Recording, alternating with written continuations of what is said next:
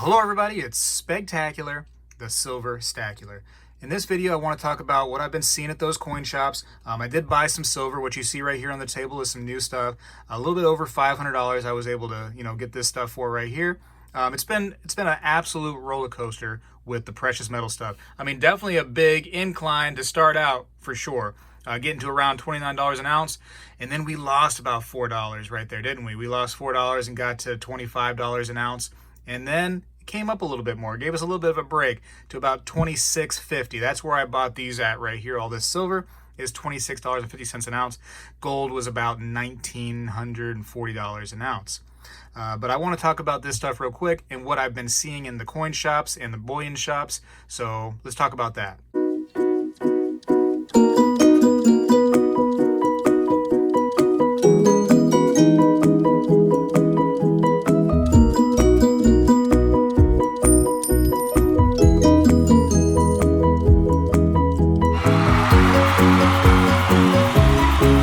So this stuff right here, the bullion stuff, is about $2 an ounce over spot at my local places.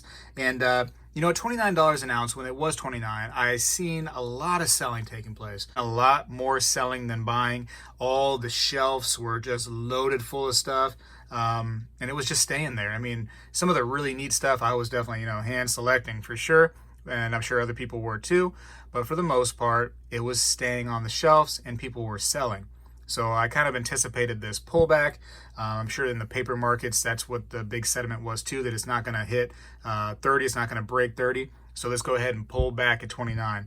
Because if you remember, it came up to 29, came back down, and went to 29 again. So not being able to break it twice is very interesting to me.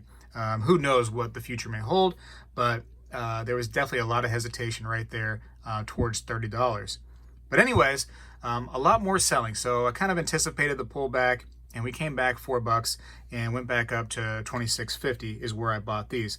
So anything you see on this table, as far as the bullion stuff right here, I ended up getting at about $28.50 an ounce. So I want to show some of this stuff off real quick because I thought it was kind of neat. So here is a Halloween, October 31st, 1973. So 10 years prior to me being born. Pretty cool. And this is from the Madison Mint. And I tried to look up this bar on the Silver Art Collector's website just to see if it was any kind of rarity. I did not see to where they knew the mintage on these, which is unfortunate. It'd be so cool to know that older stuff like this. But, just neat. Unfortunately, it does have a date on it. Sometimes I really like the artistic bars, the old kind of style bars like this that don't have a date. Just makes it to me a little bit cooler. But October 31st, 1973. Obviously, October 31st is Halloween, and then 1973 is special to somebody out there, I'm sure. But I don't know. I had to have this bar. It's so neat. I'm seeing like bunches of Engelhard bars and rounds. People are selling everything. And I found one of these dragon bars. I've had one of these in the past. This is 2018. So this is actually a dragon coin bar. So pretty neat, right? $1 dragon coin bar. Love these right here. So fantastic. What else did I get? Oh man, I was so happy to get this. Libertad, a 1985. So I love the edge lettering on the Libertads, the old style ones right here. Every single time I find one of these at a decent price, I pick it up. That's one of my favorite coins. Not my favorite. Favorite is definitely the Walking Liberty $50, but that right there is up there in the top 10 for sure. This was cool right here. This Phoenix coin. So this is actually a brand new coin. This is 2020, and this is the Korean Phoenix. So yeah, man, I love this stuff right here. I didn't want to pay the premiums on this. Let me try to get the light on it better. Let me see if that helps. I didn't want to pay the premiums on this when it first came out. Now I'm paying the premiums on the back end as silver has increased. It is what it is. But it is a pretty coin. And, with it being right there in the bullion pile, I had to have it. I find that so interesting that people were just buying this coin brand new and already they want to sell it. And they can only be up like a few dollars really, but they're like, I'm going to make that money. To each their own. Maybe they have a plan. Maybe they're playing the ratio, the gold and silver ratio, and they're trading in the silver and buying gold, or maybe they just, want to bank the money. Who knows? Who knows? I'm more of a stacker. I'm going to stay in the game more, you know. Here is a cool looking Canadian piece that I got. This is actually, it says 1999 here and then 2000 here. And then you look over here and it has a privy mark right there. I would guess those are fireworks or maybe it's some kind of plant. I'm not really sure. One of you probably know this a lot more than I do, all the Canadian stuff. But, you know, something different, and I was happy to have her. So there's that. I love the foreign bullion. And it's been a while since I had a Philharmonic, so I wanted to get one of those. It is kind of spotted. You can see some of the milk spots right here, but that's okay.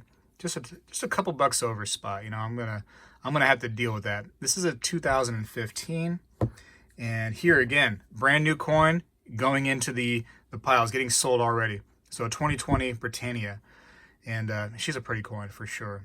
There is nothing wrong with having a Britannia in your collection because it is a pretty coin. I love how they have the anti-counterfeit stuff right here going around the edge.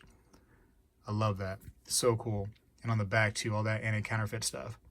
Fantastic looking coin. Actually, let me get it right side up for everybody. There we go. Now there's some scratches in it, some dings for sure, because they're just thrown into the bullion pile now.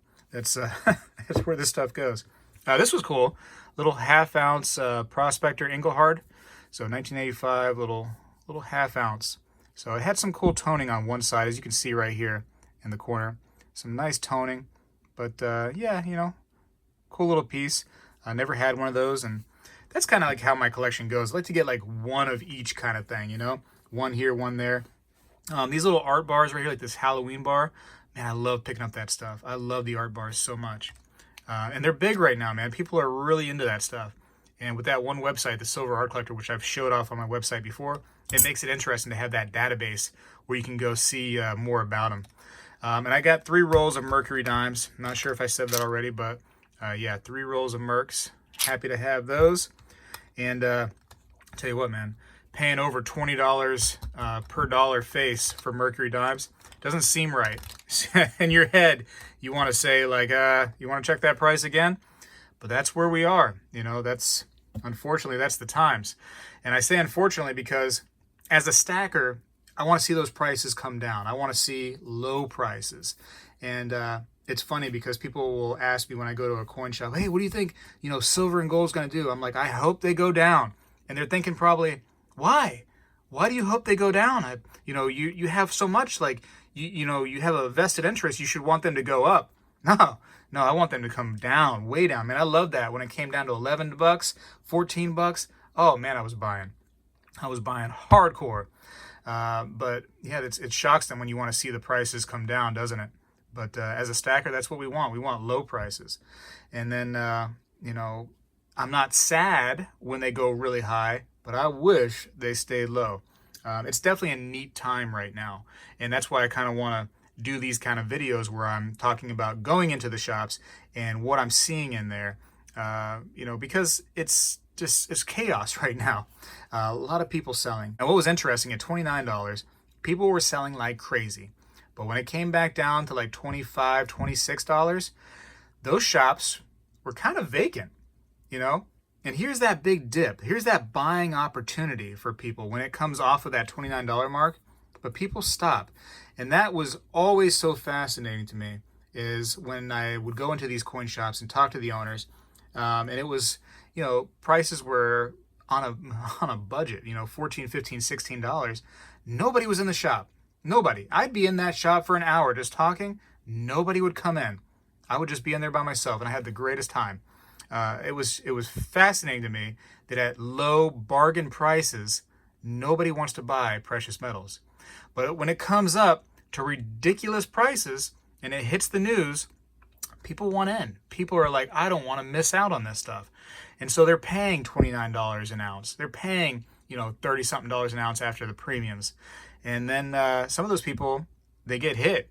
You know, I mean, if silver ends up going up to 40, then, you know, they're okay. But, you know, like when silver went up to $29 and people wanted to buy, and now it's coming down to 25, 26, in their head, they got to be like, oh man, I messed up. So what do? They probably go sell it. You know, it's an interesting thing, our hobby, for sure. And I think investing in general is like that too. You see a stock and it's, you know, It's just been hesitating at $5 for so long. You're just like, I'm not going to mess with that $5 stock. Boom, it gets some good news. It hits the news, and now it's, it's up $20. Now it's at $25. It's at record highs. People come in, I want to have that. I want to have that stock. And then it comes right back down to $10, and they lose half their investment. And they're probably like, wow, really made a mistake. Shouldn't have trusted old Jim Cramer. Anyways, that's I guess the beauty of investing.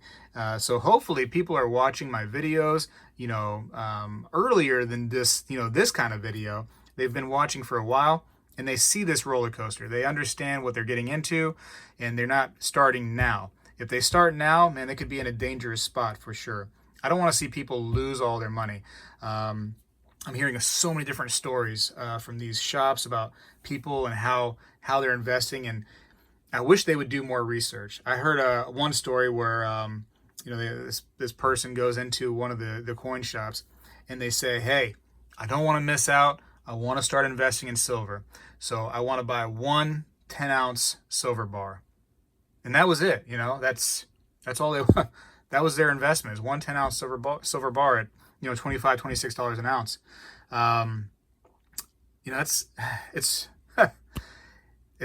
It's something you want to research. It's something you want to definitely check out. And I understand starting somewhere, but when you're you're trying to get $10 bars and then you walk away for 4 or 5 months and that's all you invested.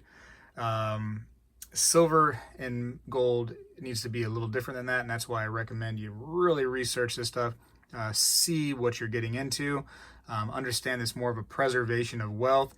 Now it has the potential to go up. We've seen all this stuff go up. My goodness, I was buying all these dimes right here at $12 per dollar face, and now here they are at $20 per dollar face. It's a good $8 increase for sure. So you can get money in your stuff that way, but with the value of the dollar coming down, is the value of silver really coming up, or is just our money worth less? Think about that, because that's actually what's going on. Anyways, hopefully you enjoyed just kind of like what's been going on in my little world, and tell me about what's going on in yours. I'd be curious. We have so many different shops around us. We have some different experiences for sure. Maybe in your city or wherever you are, things are going a little differently, and I'm curious about it for sure. Anyways, I got to go for now. Hopefully you enjoyed it. Give me a thumbs up if you're still buying. If you're still buying or whatever, give me a thumbs up. And you know what? If you just like the video, give me a thumbs up. If you would like to, please subscribe. I'd like to have you as a subscriber. We hit over 25,000 subscribers. I don't know that I've ever seen 25,000 people in my entire life, but here they are, subscribed to my little channel, and I greatly appreciate it. It's been a lot of fun. I love going into these coin shops and interviewing coin owners and getting a different perspective for you all, which I think is a big part of the subscriber base. That's not going to stop, so don't think that if you are a subscriber and you've seen a coin shop video before and now it's me talking about this. I offer a lot on this channel, and me going into shops is just one of them, and it's not going to stop. I throw out little invitations to coin owners all the time to come onto the channel, show off their business, and especially if they're a really good business, I want to show those off for sure. The bad businesses never get onto Spegtacular. You never see their face because I got nothing for them. You know what I mean? What am I going to tell people? Hey, yeah, this is a terrible business. It's garbage. I wouldn't go there. I'd just rather not show them off. Anyways, please be careful, do your research, and man, enjoy this roller coaster because it's interesting, isn't it? Spegtacular is out.